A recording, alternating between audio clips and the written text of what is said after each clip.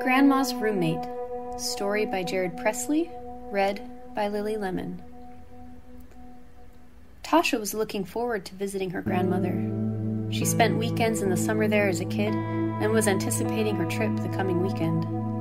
She drove up to her grandmother's house in Aurora. She walked up to the enclosed porch and knocked on the door. It then opened, and there was her grandmother, who she referred to as Mimi. She was a woman in her 70s with thick glasses and reddish blonde hair. "Tasha, thank you for coming. It's so nice to see you. Come on in." They entered the front door, which led them into a living room. Much of it was the same as she remembered as a kid. The house seemed stuck in the past almost. "Mimi, how are things? You mentioned something over the phone about your neighbor moving?" "Yes," she said. "Bethel had to be put in a nursing home, unfortunately. She's in a wheelchair now and needs care." Tasha remembered seeing the house to the left when she parked earlier. She had seen it as a kid. It was isolated from all sides by grass. It was an old yellow house. It looked like an English cottage with a thatched roof, several chimneys, leaded windows, half-timbered, and a beautiful garden out front. She never saw much of Bethel as a kid. She kept to herself. What always struck her as odd was her daughter. Tasha never knew what was wrong with her, but she had to be cared for by Bethel. No one Tasha knew, including her grandmother, had ever seen her. She never left the house. They were never given her name, and it was a topic that was to be avoided with Bethel. "Mimi," Tasha asked, "what happened to her daughter if Bethel is in the nursing home?" Mimi looked at Tasha and sighed. "Bethel left her in my care before she left. I owed her that much. She's upstairs in the guest bedroom." "Oh, wow, that's kind of you to take her in. What is she like?" Tasha asked. "That was nice of you to help Bethel take her upstairs." Tasha looked up the stairs, to the right of the living room. The guest bedroom was to the left. The middle door was a restroom, and the right was the room that Tasha stayed in on her visits. "No," Mimi said. "I was asleep when Bethel came. I haven't seen her yet. Bethel asked if you would stay in the bedroom at night if possible. Her daughter is shy and will roam around at night." Tasha was shocked. It was incredibly creepy, and she could tell with how her grandmother spoke that there was an odd feeling in the air. Her grandmother's demeanor and attitude was totally different. She was afraid. That evening, Tasha laid in her bed with a sleep mask over her eyes. All was calm and peaceful. Then she suddenly heard a sound. It sounded like something was rolling outside of her door. Tasha was nervous, but didn't dare get up or take off the mask over her eyes. Something was rolling in the room. There were no footsteps. What could it be?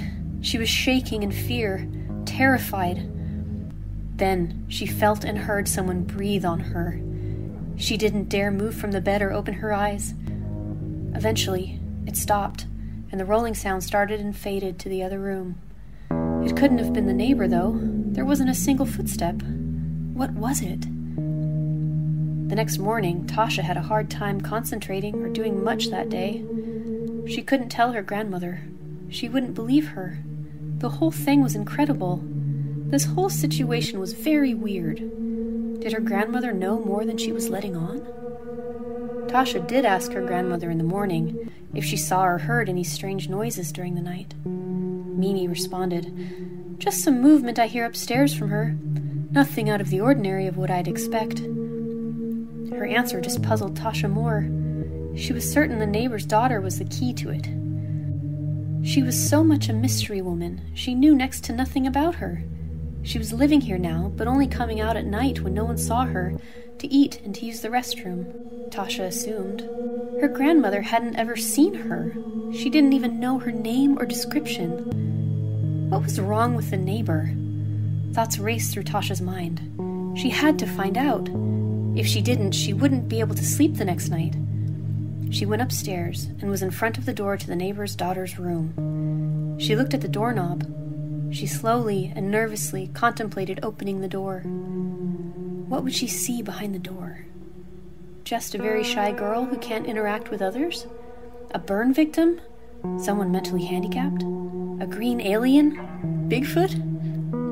Tasha's hand was shaking and trembling. It continued even as she was holding the handle. She closed her eyes and took a deep breath.